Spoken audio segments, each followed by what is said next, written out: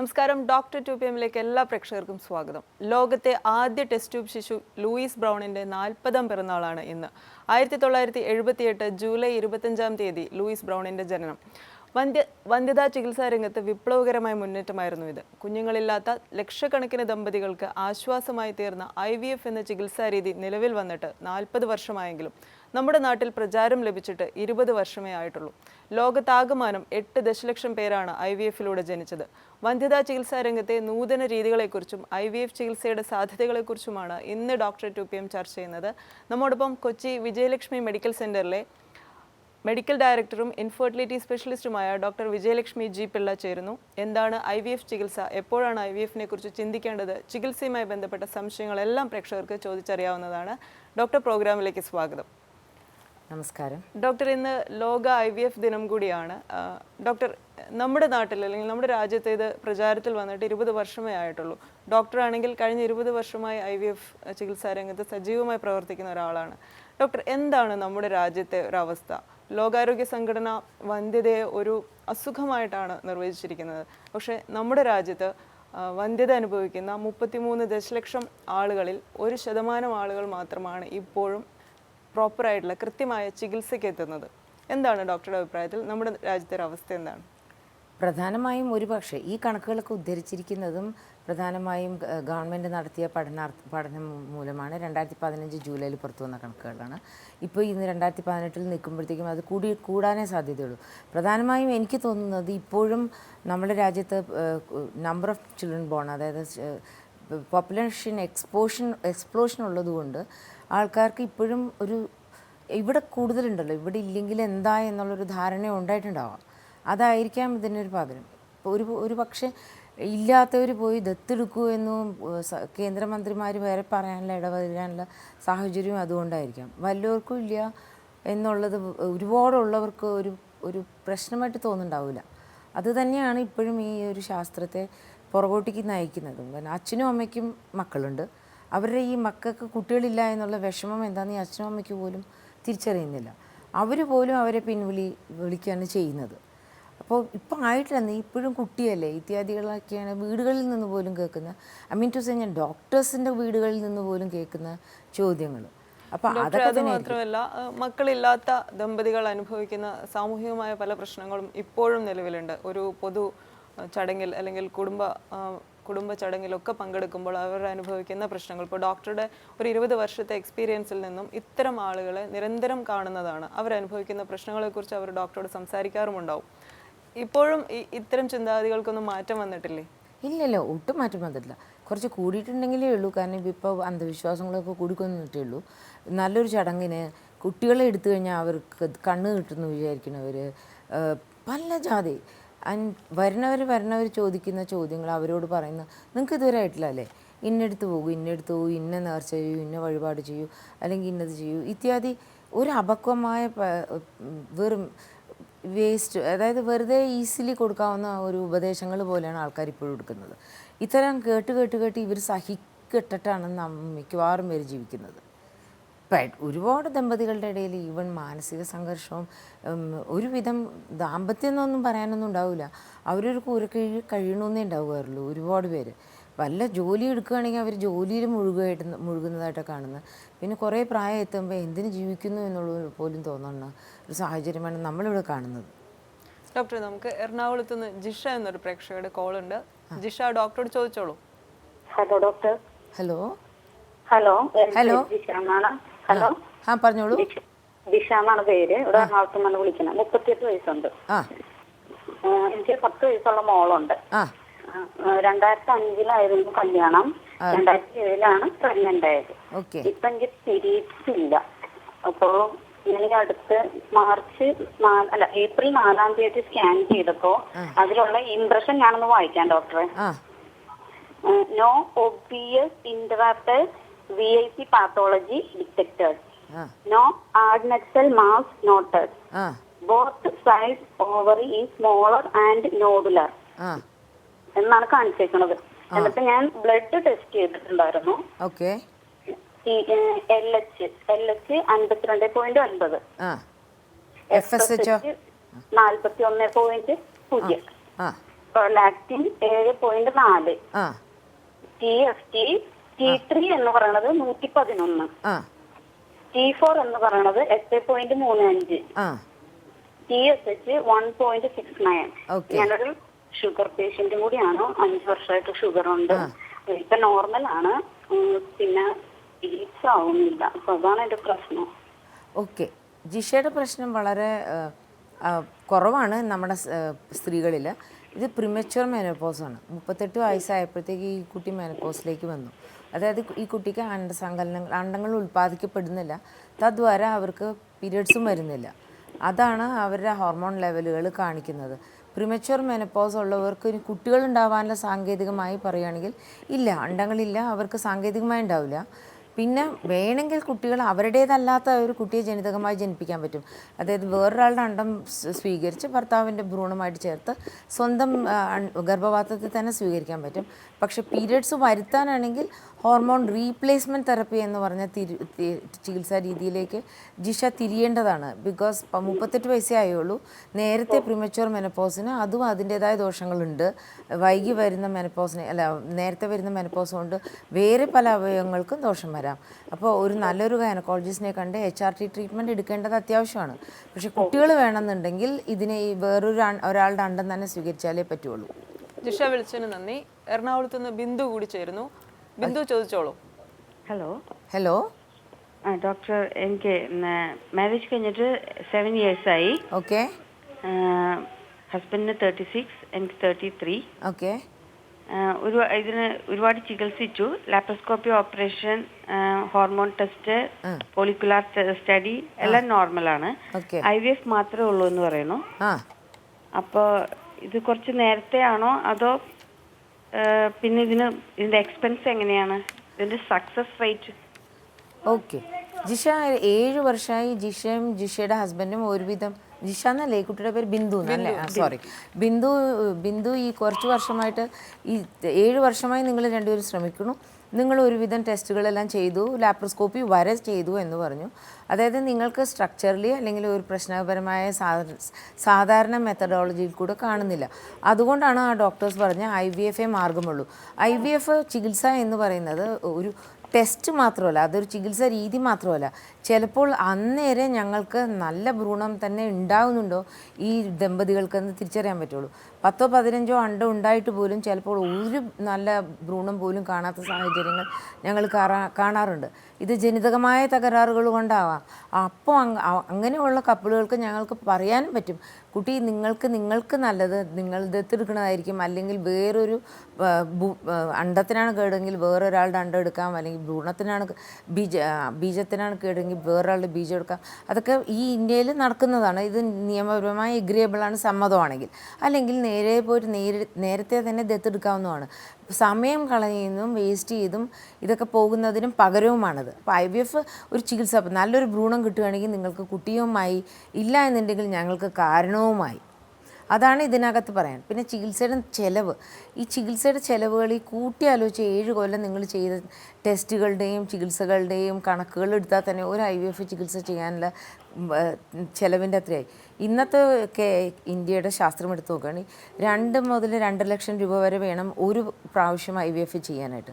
ഒരു പ്രാവശ്യം IVF നല്ല സക്സസ്ഫുള്ളായിട്ട് ചെയ്തു വരികയാണെങ്കിൽ 40%, നിങ്ങളുടെ പ്രായം വളരെ കുറവാണ് 33, 40%, 50% വരെ കുട്ടികൾ നിങ്ങൾക്ക് ഉറപ്പായിട്ടും കിട്ടാനുള്ള സാധ്യതയുണ്ട്. റിപ്പീറ്റഡായിട്ട് IVF ചെയ്യേണ്ടി വരുമ്പോൾ 70-80% പേർക്ക് വരെ കുട്ടികളെ സ്വന്തം കുട്ടികളെ വീട്ടിലേക്ക് കൊണ്ടുപോകാൻ പറ്റുന്നുണ്ട്. അതായത് ഒരു 2-2.5 ലക്ഷം രൂപയുടെ ചിലവ് വരുമായിരിക്കും. എന്നാലും നമ്മൾക്ക് എന്താ കാരണം എന്ന് തിരിച്ചറിയാൻ പറ്റും. 2-2.5 ലക്ഷത്തിൽ കൂടുതൽ ഇന്ത്യയിൽ ചിലവ് വരുന്നില്ല IVF-ന്. വിളിച്ചതിന് നന്ദി. പാലക്കാട് നിന്ന് സംഗീത കൂടിയുണ്ട്. സംഗീത സംസാരിച്ചോളൂ. ഹലോ. ഹലോ ഡോക്ടർ, ഞാൻ എന്റെ സിസ്റ്ററിന് വേണ്ടിട്ട് ചോദിക്കുന്നതാണ്. ആയിക്കോട്ടെ. എന്റെ സിസ്റ്റർ 27 years ആണ്. അവര് 2 ടൈം ട്യൂബൽ പ്രഗ്നൻസിയാണ് ആയത്. അല്ല, ഒരു പ്രാവശ്യം അവർക്ക് ട്യൂബ് റിമൂവ് ചെയ്യേണ്ടി വന്നു. സെക്കൻഡ് ടൈം റിമൂവ് ചെയ്തില്ല. പക്ഷെ അവരിപ്പോ 3 years ആയിട്ട് പ്രഗ്നന്റ് ആവാൻ ട്രൈ ചെയ്യുന്നുണ്ട്. പക്ഷെ ഇതുവരെ കൺസീവ് ചെയ്തിട്ടില്ല. അപ്പൊ അവരടുത്തൊരു ഡോക്ടറെ കാണിച്ചു. ഒരു സ്കാൻ ചെയ്തപ്പോ പറഞ്ഞത് ട്യൂബില് വെള്ളക്കെട്ടാണെന്നും, ഇപ്പൊ ട്യൂബ് റിമൂവ് ചെയ്യണം, എന്നിട്ട് പിന്നെ IVF ചെയ്യണം എന്നാണ്. അപ്പൊ നമുക്കതൊരു നോർമൽ ആയിട്ട് പ്രഗ്നന്റ് ആവാൻ പറ്റുമോ? ഈ ട്യൂബിലെ വെള്ളമൊക്കെ റിമൂവ് ചെയ്യാൻ മെഡിസിൻ ഉണ്ടോ? IVF അല്ലാണ്ട് വേറെ ഓപ്ഷൻ ഉണ്ടോ എന്ന് അറിയാനായിട്ടായിരുന്നു. ഇതൊരു നല്ല ചോദ്യമാണ്. 27 വയസ്സേ ഉള്ളൂ കുട്ടിക്ക്. ആ കുട്ടി എന്നാലേ സംഗീത രാനിത്തിക്ക് 77 വയസ്സേ ഉള്ളൂ. അവർ നാച്ചുറലായിട്ട് 2 പ്രാവശ്യം ഗർഭമാവുകയും ചെയ്തു. പക്ഷെ കഷ്ടകാലത്തിന് 2ഉം ട്യൂബിലാവുകയും ചെയ്തു. ഒരു ട്യൂബ് എടുത്തു കളഞ്ഞു, ഒരു ട്യൂബ് അവർ വെച്ചു. പക്ഷെ ആ ട്യൂബ് ഇപ്പോൾ ഫങ്ഷണലല്ല. അതുകൊണ്ടാണ് അതിനകത്ത് ഈ വെള്ളം കെട്ടുന്നത്. അപ്പോൾ ഈ വെള്ളം കെട്ടുന്നത് ട്യൂബ് ഡോക്ടർ പറയുന്നതിലൂടെ ഞാൻ 100% യോജിക്കുന്നു.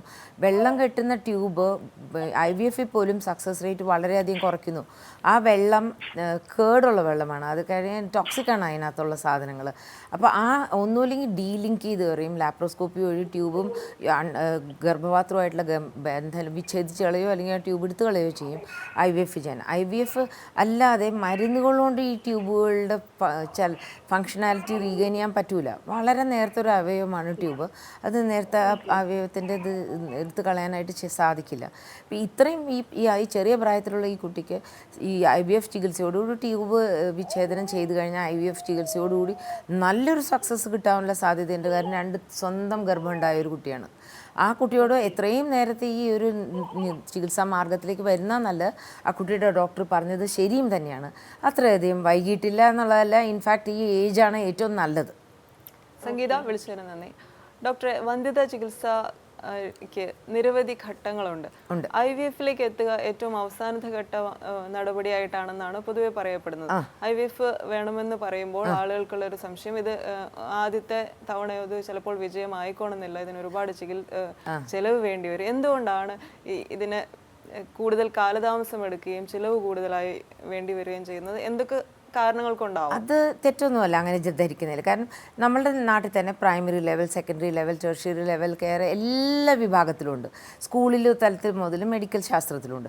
അപ്പോൾ ആദ്യത്തെ ഡോക്ടറെ കാണുന്ന പ്രൈമറി, നമുക്ക് പരിചയമുള്ള ഫാമിലി ഫിസിഷ്യനെയോ അല്ലെങ്കിൽ ഗൈനക്കോളജിസ്റ്റിനെ കാണുമ്പോൾ പ്രൈമറി തലത്തിലുള്ള ചെക്കുകൾ ചെയ്യും. അവർ നോക്കുമ്പോൾ അവർ വളരെ പ്രത്യക്ഷത്തിൽ അവർക്കൊരു ബുദ്ധിമുട്ട് തോന്നുകയാണെങ്കിൽ അവർ നേരിട്ട് ടെർഷ്യറി ലെവലിലേക്ക് അയച്ചേക്കാം. ലൈക്ക് ഫോർ എക്സാമ്പിൾ ബീജങ്ങളുടെ എണ്ണം വളരെ കുറവാണെന്നൊക്കെ കാണുകയാണെങ്കിൽ അവരയച്ചെന്ന് വരാം. അല്ലെങ്കിൽ അതിന് മരുന്നൊക്കെ കൊടുക്കാൻ ശ്രമിച്ചു എന്ന് വരാം. അല്ലെങ്കിൽ ഞാൻ പലപ്പോഴും കണ്ടുവന്നിട്ടുണ്ട്, ഒരാവശ്യവും ഇല്ലാതെ 0 സ്പേമുള്ള ആൾക്കാരെയും വെച്ചും വെരിക്കോസീൽ സർജറികളൊക്കെ വീണ്ടും വീണ്ടും ചെയ്യിക്കുന്ന ആണുങ്ങളെയൊക്കെ കണ്ടിട്ടുണ്ട്. ഇതൊക്കെ ചെയ്തെന്നും വരാം. അതൊക്കെ കഴിഞ്ഞിട്ടായിരിക്കും ചിലപ്പോൾ അയക്കുന്നത്. സെക്കൻഡറി ലെവലിലും അതിലും വലിയ പ്രശ്നമൊന്നും കണ്ടില്ലെങ്കിൽ UI വരെ ചെയ്യുന്നത് കാണാം പല സെൻറ്റേഴ്സ്. അത് നല്ലത് തന്നെയാണ്. കാരണം ടെർഷ്യറി ലെവൽ ഫിസിഷ്യൻസിൻ്റെ എണ്ണം കുറവായതുകൊണ്ട്. പിന്നെ നമ്മളുടെ അടുത്തേക്ക് വരുമ്പോഴാണ് ഞങ്ങൾക്ക് കൂലങ്കഷമായി അറിയാം ഈ പ്രൈമറി ലെവലുകാരും സെക്കൻഡറി ലെവലുകാരും പറയുന്നത് തെറ്റാണെന്ന് വിശ്വസിക്കാൻ ഞങ്ങൾക്ക് തോന്നാറില്ല. അതെല്ലാം കണക്കിലെടുത്തിട്ട് തന്നെയാണ് ഞങ്ങൾ പറയുക IVF തന്നെ ചെയ്യുന്നതായിരിക്കും പലപ്പോഴും നിങ്ങൾക്ക് നല്ലത് എന്നുള്ളത് പറയും. പിന്നെ ഈ പറഞ്ഞത് കറക്റ്റാണ്.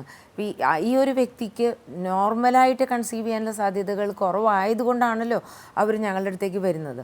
അപ്പോൾ അവരുടെ ആ സാധ്യതകളുടെ കാലതാമസവും ഞങ്ങൾക്ക് എടുക്കുന്ന ഒരു പ്രോട്ടോക്കോൾ സെലക്ട് ചെയ്യുന്നതും എൻഡോമെട്രിയത്തിൻ്റെ ഇംപ്ലാന്റബിലിറ്റി അല്ലെങ്കിൽ ഉള്ളിലെ ലൈനിങ്ങിൻ്റെ സ്വീകരിക്കാനുള്ള ക്ഷമത ഇത്യാദികളൊക്കെ പരീക്ഷിച്ചൊക്കെ വരാൻ ചിലപ്പോൾ ഒന്നിൽ കൂടുതൽ സൈക്കിൾ എടുത്തെന്ന് വരാം.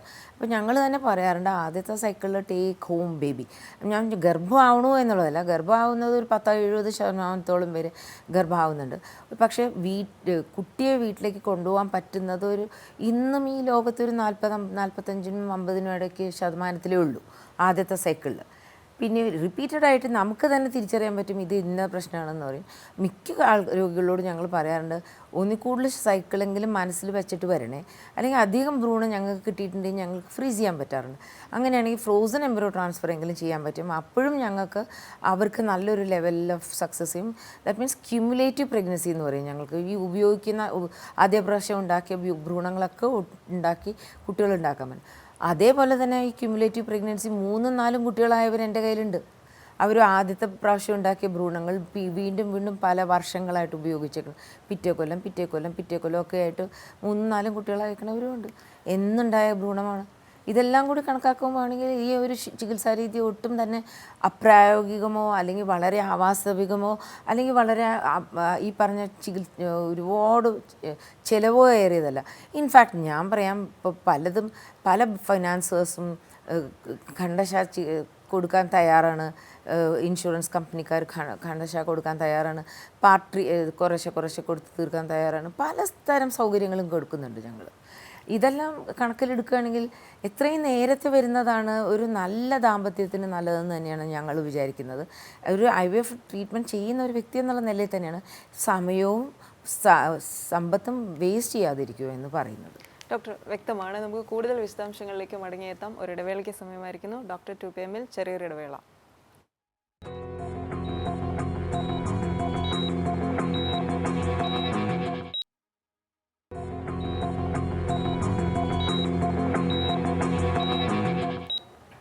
ഡോക്ടർ 2 PM തുടരുന്നു. IVF ചികിത്സയുടെ സാധ്യതകളെക്കുറിച്ചാണ് നമ്മളിന്ന് സംസാരിക്കുന്നത്. എറണാകുളം വിജയലക്ഷ്മി മെഡിക്കൽ സെൻ്ററിലെ മെഡിക്കൽ ഡയറക്ടറായ ഡോക്ടർ വിജയലക്ഷ്മിയാണ് നമ്മോടൊപ്പം ഉള്ളത്. ഡോക്ടർ, വിവാഹം കഴിഞ്ഞ് ഒന്നിച്ച് താമസിക്കുന്ന ദമ്പതികൾ ഏതവസരത്തിലാണ് വന്ധ്യതയെക്കുറിച്ച് സംശയിക്കേണ്ടത്? പലരും കുടുംബാംഗങ്ങൾ ചോദിക്കുമ്പോഴോ സുഹൃത്തുക്കൾ ചോദിക്കുമ്പോഴോ ഒക്കെ അങ്ങനെ ഒരു പ്രശ്നം, വന്ധ്യതയുടെ സാധ്യത ഉണ്ടോ എന്ന് സംശയിച്ചിട്ടാണ് ഡോക്ടറെ അടുത്ത് പോവുക. യഥാർത്ഥത്തിൽ വന്ധ്യതയുടെ നിർവചനം എന്താണ്? എപ്പോഴാണ് ഒരു ഡോക്ടറെ സമീപിക്കേണ്ട സാഹചര്യമുള്ളത്? ഇത് തന്നെ രണ്ടായിട്ട് തരംതിരിക്കാം. പ്രായമുള്ള കപ്പിൾ, യങ്ങർ കപ്പിൾ. നമ്മൾ സാധാരണ നമ്മുടെ നാട്ടിൽ വളരെ യങ്ങായിട്ടുള്ള കപ്പിളുകൾ എന്ന് പറഞ്ഞാൽ 30 വയസ്സ് താഴെയുള്ള സ്ത്രീകളും 35 വയസ്സ് താഴെയുള്ള പുരുഷന്മാരും വിവാഹിതരായാൽ ഏത് വർഷമാണോ, അപ്പോൾ ആദ്യ വർഷങ്ങൾ അവർക്ക് കുട്ടികൾ വേണ്ടാന്ന് ചോദിച്ചു, രണ്ടാമത്തെ ഒരു കൊല്ലമെങ്കിലും അൺപ്രൊട്ടക്റ്റഡ് ആയിട്ട് അവർ കുട്ടികൾക്ക് വേണ്ടി അൺപ്രൊട്ടക്റ്റഡ് ആയിട്ടുള്ള കോൺട്രസെപ്റ്റീവ്സ് ഒന്നും കൈകാര്യം ചെയ്യാതെ ഒരു വർഷമെങ്കിലും ശ്രമിച്ചിട്ടും നടന്നിട്ടില്ലെങ്കിലാണ് ഞങ്ങളതിനെ ഡീറ്റെയിലിങ്ങിന് പോകാറുള്ളൂ. വേറെ എന്തെങ്കിലും ഞങ്ങൾക്കൊരു ചൂണ്ടുപലക കാണുകയാണെങ്കിൽ അതിന് മുമ്പ് തന്നെ പോകാറുണ്ട്. പക്ഷെ പ്രായം കൂടുന്തോറും ഞങ്ങൾ ഒരു വർഷം എന്ന് പറഞ്ഞ ഇടവേള കുറച്ച് 6 മാസത്തേക്ക് ആക്കും ചികിത്സകൾ, ടെസ്റ്റുകൾ ചെയ്യാനായിട്ട്. വന്ധ്യത നിർവചിക്കുന്ന ഒരു കൊല്ലമെങ്കിലും അൺപ്രൊട്ടക്റ്റഡ് സെക്സ് എന്നുള്ളതാണ് വിചാരിക്കുന്നത്. Or unprotected or contraceptive use ചെയ്യാത്ത ഫലത്തിനാണ് ഇൻഫെർട്ടിലിറ്റി എന്ന് പറയുന്നത്. അപ്പോൾ ഗർഭമായില്ലെങ്കിൽ ഇൻഫെർട്ടൈൽ എന്ന് പറയും. ഡോക്ടർ, നമുക്ക് പത്തനംതിട്ടയിൽ നിന്ന് നിഷ എന്ന പ്രേക്ഷക ചേരുന്നു. നിഷ, ചോദിച്ചോളൂ. മാഡം, എനിക്ക് ആണെങ്കിൽ ഒരു മോളുണ്ട്. അത് കഴിഞ്ഞ ഒരെണ്ണം ഉണ്ടായത് ട്യൂബല്ല. ആ ട്യൂബ് ആണെങ്കിൽ എടുത്തു കളഞ്ഞു. അപ്പൊ ഇനിയും കുട്ടികളുണ്ടാനെ ഞാൻ എന്ത് ചെയ്യണമെന്ന്? മോൾക്ക് എന്ത് പ്രായം? മോക്കാണെങ്കിൽ 9 വയസ്സുണ്ട്. എനിക്ക് 30 വയസ്സ്. അത്രയല്ലേ ഉള്ളൂ. ട്യൂബ് എടുത്തു കളഞ്ഞെങ്കിൽ മറ്റേ ട്യൂബിന് ആരോഗ്യം, നിങ്ങളിപ്പോൾ ശ്രമിക്കുന്ന സ്ഥിതിക്ക് മറ്റേ ട്യൂബിനുള്ള ആരോഗ്യം കുറവായിരിക്കാനാണ് സാധ്യത 9 വയസ്സുള്ള ഒരു കുട്ടിക്ക്. അപ്പോൾ ലാപ്രോസ്കോപ്പി ചെയ്ത് നോക്കുക. ആ മറ്റേ ട്യൂബിന് തീരെ ആരോഗ്യമില്ല എന്നുണ്ടെങ്കിൽ നേരെ IVF ചികിത്സ തന്നെയാണ് നിങ്ങൾക്ക് ഏറ്റവും ഉത്തമം. നിങ്ങൾക്കാണെങ്കിൽ നല്ലൊരു 30 വയസ്സേ ഉള്ളൂ, ഒരു കുട്ടിയുടെ മാതാവുമാണ്, ജനിതകമായ വൈകല്യവും ഇല്ല, നിങ്ങൾക്കാണെങ്കിൽ ഒരു കുട്ടിയെ കിട്ടാനായിട്ടുള്ള സാധ്യത വളരെ വളരെ അധികമാണ്. ആദ്യം തന്നെ ഒരു ലാപ്രോസ്കോപ്പി ചെയ്ത് നല്ലൊരു ലാപ്രോസ്കോപ്പിസ്റ്റിനെ കൊണ്ട് ലാപ്രോസ്കോപ്പി ചെയ്ത് നോക്കുന്നതാണ് ഏറ്റവും അഭികാമ്യം. ആ മറ്റേ ട്യൂബ് കേടാണെങ്കിൽ അത് നീക്കം ചെയ്യുകയായിരിക്കും വന്ധ്യതാ ചികിത്സയിൽ IVF ചികിത്സയിൽ സക്സസ് റേറ്റ് കൂട്ടാനായിട്ട് നിങ്ങൾക്ക് ഉപകാരപ്പെടുക. IVF ചെയ്യുന്നത് തന്നെയായിരിക്കും നിങ്ങൾക്ക് നല്ലത്. കിട്ടുകയും ചെയ്യും. ഒരു 30 വയസ്സ് ഒരു കുട്ടിയുടെ അമ്മ, ഇതൊക്കെ കാണുമ്പോൾ നിങ്ങൾക്ക് കിട്ടുകയും ചെയ്യും. നിഷ, വിളിച്ചതിന് നന്ദി. കോഴിക്കോട് നിന്ന് പുഷ്പ കൂടി ചേരുന്നു. പുഷ്പ, സംസാരിച്ചോളൂ. Hello madam. മാഡം, ഈ IVF ചെയ്യുന്നതിന് എനിക്കിപ്പോ സജസ്റ്റ് ചെയ്തിരിക്കുന്നത് IVF ആണ്. അപ്പൊ ഇതിന് എത്ര റെസ്റ്റ് വേണ്ടി വരും മാഡം? റെസ്റ്റോ? നമ്മളിപ്പോ ചെയ്ത് കഴിഞ്ഞാല് എത്ര നാളത്തേന് റെസ്റ്റ് വേണ്ടി വരും? അങ്ങനെ നമ്മള് പോകാതെ, ഇപ്പൊ ജോലിക്ക് പോകുന്ന ഒരാളാണ് ഞാൻ. അപ്പൊ ജോലിക്കൊക്കെ പോകാതെ എത്ര നാളിരിക്കണം തന്നെ? മോളെ, അത് നമ്മുടെ നാടിൻ്റെ ഒരു ശൈലിയാണ് ഈ റെസ്റ്റ്. ഞാൻ ഈ ബെൽജിയത്തിൽ ട്രെയിൻ ചെയ്ത് വന്ന അവിടെയെല്ലാം ഞങ്ങൾക്ക് 3 ദിവസത്തിൽ കൂടുതൽ അവധി എഴുതാൻ പോലും അവസരമില്ല. ഞാൻ അവിടെ കണ്ടിരിക്കുന്ന സ്ത്രീകൾ ഭ്രൂണം നിക്ഷേപിച്ചതിന് ശേഷം തന്നെത്താനെ മഞ്ഞൊക്കെ ഈ കോരിക കൊണ്ട് കോരി കളഞ്ഞൊക്കെയാണ് കാർ സ്റ്റാർട്ട് ചെയ്ത് പോകണം കണ്ടിരിക്കണേ. അവരുടെ ഗർഭധാരണ നിരക്കും നമ്മളുടെ നാട്ടിൽ ഈ റെസ്റ്റ് എടുക്കുന്ന കുട്ടികളുടെ ഗർഭധാരണ നിരക്കും തത്തുല്യമാണ്. പിന്നെ മാനസികാവസ്ഥയാണ് ഈ റെസ്റ്റിനെ കൊണ്ട് എത്തിക്കുന്നത്. പിന്നെ നമ്മുടെ നാട്ടിലുള്ളവർ ഓരോരുത്തരുടെ സങ്കല്പവും. പിന്നെ ഇവിടെ സാംക്രമിക രോഗങ്ങൾ കുറച്ച് കൂടുതലുള്ളതുകൊണ്ട് അതൊക്കെ അവോയ്ഡ് ചെയ്യാനായിരിക്കാം പൊതുജനം റെസ്റ്റ് എന്ന് പറയുന്നത്. അല്ലാണ്ട് ഈ ചികിത്സയ്ക്ക് റെസ്റ്റിൻ്റെ ആവശ്യമൊന്നുമില്ല.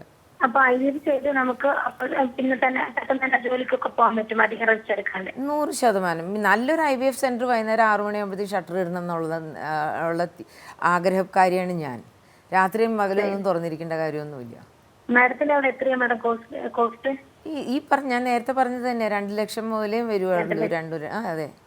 അപ്പൊ അതിന് ഒരു പ്രാവശ്യം ചെയ്യുമോ മാഡം? എന്താണ്? അല്ല, ഇപ്പൊ ഒരു പ്രാവശ്യം സക്സസ് ആയില്ലെങ്കിൽ വീണ്ടും ചെയ്യുമോ നമ്മള്? പിന്നില്ലേ ഞങ്ങൾ വീണ്ടും ചിലപ്പോൾ ഭ്രൂണങ്ങൾ അധികം ഉണ്ടെങ്കിൽ ഞങ്ങൾ ഫ്രീസ് ചെയ്ത് വെക്കാറുണ്ട് കുട്ടി. രണ്ടാമത് വേണ്ടി വരാറില്ല ചിലവർക്ക്. ആ ഭ്രൂണം ഫ്രീസ് ചെയ്ത ഭ്രൂണം തിരിച്ചിട്ടാൽ മതി. അതിന് ഈ ചിലവുകളൊന്നും വരാറില്ല. അപ്പോൾ ഒരു 10-30,000 രൂപയുടെ ചിലവേ വരുള്ളൂ അതിന്. പുഷ്പ വിളിച്ചതിന് നന്ദി. ഡോക്ടറെ, ഒരു IVF ചികിത്സ വേണമെന്ന് നിശ്ചയിക്കുമ്പോൾ പിന്നീട് ശ്രദ്ധിക്കേണ്ട കാര്യങ്ങൾ, സെൻറ്ററുകൾ ചൂസ് ചെയ്യുമ്പോൾ വളരെയധികം ശ്രദ്ധിക്കണമെന്ന് പറയും. ലാബിൻ്റെ ക്വാളിറ്റി, ഉപകരണങ്ങളുടെ ക്വാളിറ്റി, ഡോക്ടർമാരുടെ എഫിഷ്യൻസി, ഇതൊക്കെ ചികിത്സയുടെ വിജയത്തെ ബാധിക്കുന്ന കാര്യങ്ങളാണ്. അപ്പോൾ അതൊക്കെ ശരിയാണ്. അതൊന്ന് പറയാമോ? എല്ലാം ശരിയാണ്. കാരണം ഇത് വളരെയധികം ഒരു എക്സ്പെർട്ടീസ് വേണ്ട ഒരു ഏരിയയാണ്. പക്ഷെ നമ്മുടെ നാട്ടിൽ ഇതിൻ്റെ എക്സ്പേർട്സിന് വളരെ കുറവുണ്ട്, അപര്യാപ്തതയുണ്ട് ഇന്ത്യയിലും മൊത്തം. ആ ഒരു നിലവാരത്തിൽ വരികയാണെങ്കിൽ ഇപ്പം വരുന്ന ആൾക്കാരെ ട്രെയിൻ ചെയ്ത് വരുന്ന മുറയ്ക്ക് ആൾക്കാർ ചികിത്സാ സെൻറ്റേഴ്സുകൾ തുടങ്ങുന്നതിൽ തെറ്റൊന്നുമില്ല. കാരണം അത്രയും തന്നെ ആൾക്കാരെ റീച്ചുണ്ട്, അത്ര ആൾക്കാർ വേണ്ടതാണ്. പിന്നെ അതിനൊക്കെ കുറച്ചും കൂടി മാനദണ്ഡങ്ങൾ ഗവൺമെൻറ്റൊക്കെ എടുക്കേണ്ടതാണ്. കുറച്ചും കൂടി ക്വാളിഫിക്കേഷൻസും അതിന് ട്രെയിനിങ്ങും ഒക്കെ നോക്കേണ്ടതാണ്. അല്ലെങ്കിൽ ഓൾറെഡി വർക്ക് ചെയ്യുന്ന സെൻറ്റേഴ്സിനൊക്കെ ട്രെയിനീസിനെ ട്രെയിൻ ചെയ്യാനുള്ള അവസരങ്ങൾ കൊടുക്കേണ്ടതാണ്. ഇത്യാദികളൊക്കെ വരികയാണെങ്കിൽ നല്ലതായിരിക്കും. ഇപ്പം ഞാൻ 1999-2000 കാലഘട്ടത്തിൽ ബെൽജിയം മുതൽ ആ കാലഘട്ടത്തിൽ മുതൽ ഞാനിത് ചെയ്യുന്നതാണ്. ഇപ്പം ഇത്രയും കൊല്ലം എക്സ്പീരിയൻസ് ഉള്ള എല്ലാവർക്കും ആവണം നിർബന്ധമില്ലല്ലോ. ജനിച്ച ഉടനെ തന്നെ ചെയ്യാം. പക്ഷേ എല്ലാ കാര്യങ്ങളും പഠിച്ച് ചെയ്യുന്നത് പോലെ തന്നെയാണ് ഈ ഒരു കാര്യവും. പിന്നെ ലാബിൻ്റെ ക്വാളിറ്റി ഒന്നും മെയിൻറ്റെയിൻ ചെയ്യാണ്ട് ഒരു ഭ്രൂണവും ഉണ്ടാക്കാൻ പറ്റില്ല. മിനിമം ആണ് ഒരു ലാബ് ക്വാളിറ്റി ഒക്കെ പറയുന്നത്. നമ്മളൊരു കല്യാണം നടത്തുന്ന വേണ്ട ഇങ്ങനത്തെ ഒക്കെ മാനദണ്ഡങ്ങളുണ്ടോ അതേപോലെ തന്നെയാണ് IVF സെൻറ്ററിൻ്റെ ഈ ക്വാളിറ്റി. പിന്നെ ലാബുകളെ മാത്രം കാണിച്ചിട്ടൊന്നും ഒരു അഡ്വർടൈസ്മെൻറ്റ് സ്ട്രാറ്റജിയൊക്കെ തെറ്റാണത്. അതിൻ്റെയൊക്കെ ഓപ്റ്റിമൽ യൂട്ടിലൈസേഷൻസും വേണം. അത് അധിക ചിലവും വരുത്താതെയും നോക്കണം. എല്ലാം ഭംഗിയായി ചെയ്യണം, വൃത്തിയായി ചെയ്യണം, ഏറ്റവും വെടുപ്പായി ചെയ്യണം. ഏറ്റവും ഇമ്പോർട്ടൻറ്റ് രോഗിയോട് കാര്യങ്ങൾ പറയുകയും വേണം. ഡോക്ടർ, നമുക്ക് ഒരു ഇടവേളയ്ക്ക് കൂടി സമയമായിരിക്കുന്നു. ഇടവേളയ്ക്ക് ശേഷം വളരെ വേഗം തിരിച്ചെത്താം.